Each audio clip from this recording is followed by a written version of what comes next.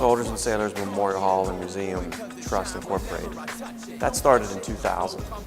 Actually, it started in 1998, but it officially took over the operation, the maintenance, just everything about this memorial in 2000.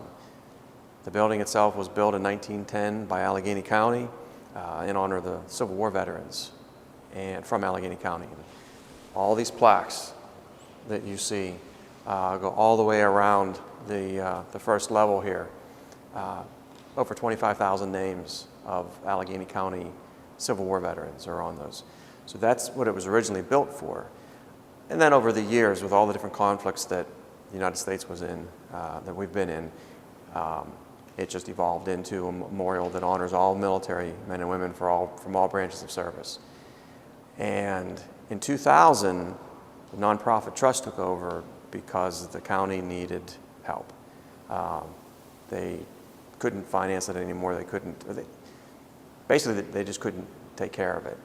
And it was a dream of some veterans who were on the board of managers here at the time and the director at the time. They felt that if it was operated by private individuals, private company, that's what would help it survive. And we now raise our own money by renting the facility. That's one of our main ways, and also through grants and the help of the public as much as we can. As we walk around, I know you said you haven't been here in a while. Most people who haven't been here, obviously most people who haven't been here ever aren't going to appreciate what it was and what it is today.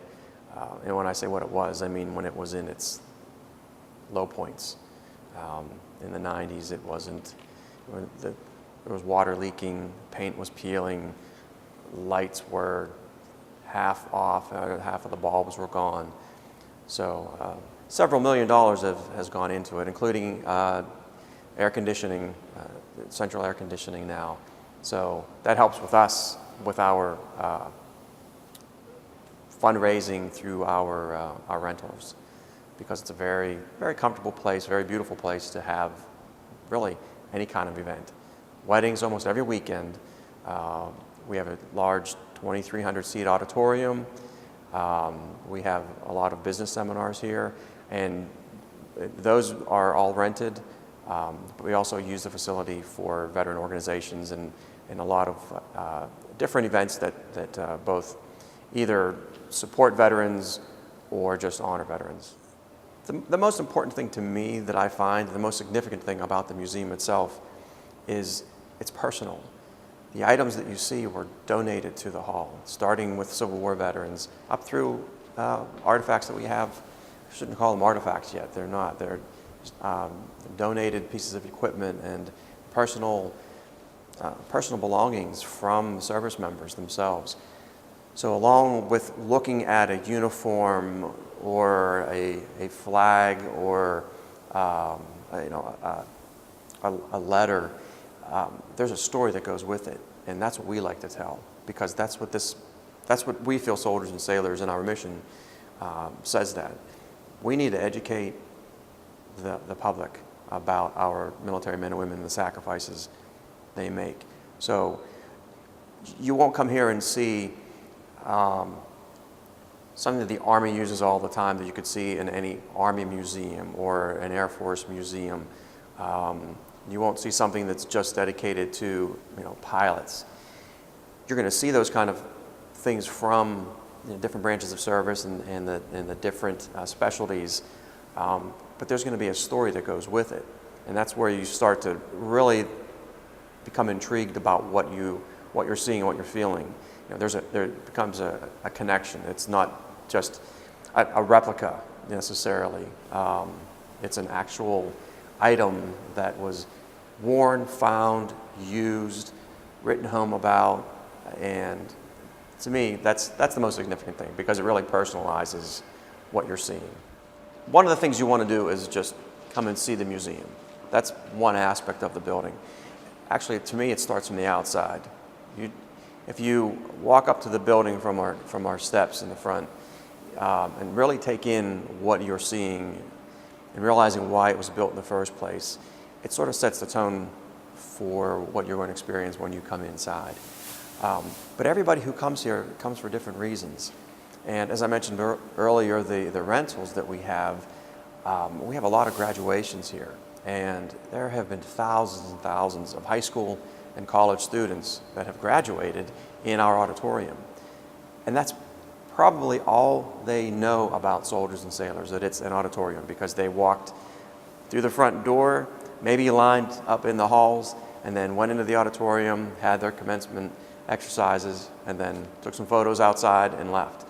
Never saw any of the museum, never saw the ballroom, never realizing that where they were is a place where veterans of the Civil War actually sat and assembled when Soldiers and Sailors first opened.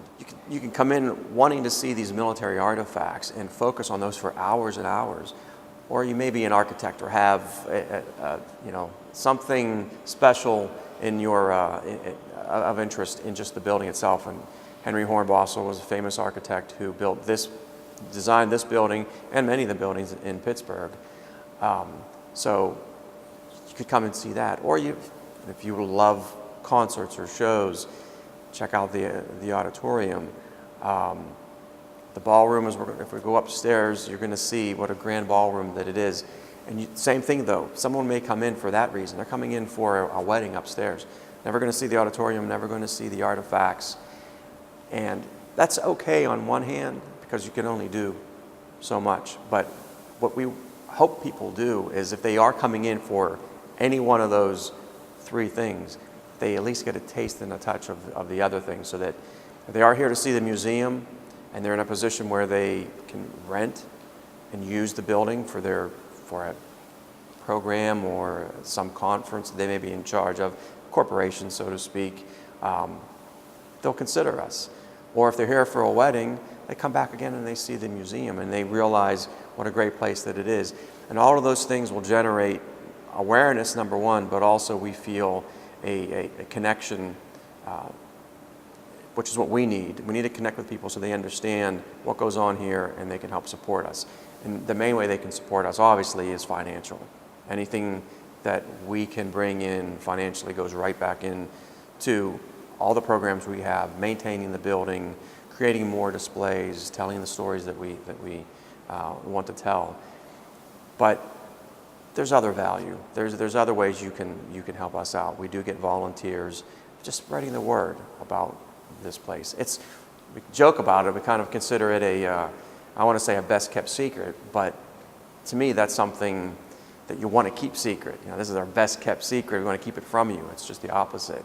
Unfortunately, it's a treasure that is somewhat secretive because people don't know what it is.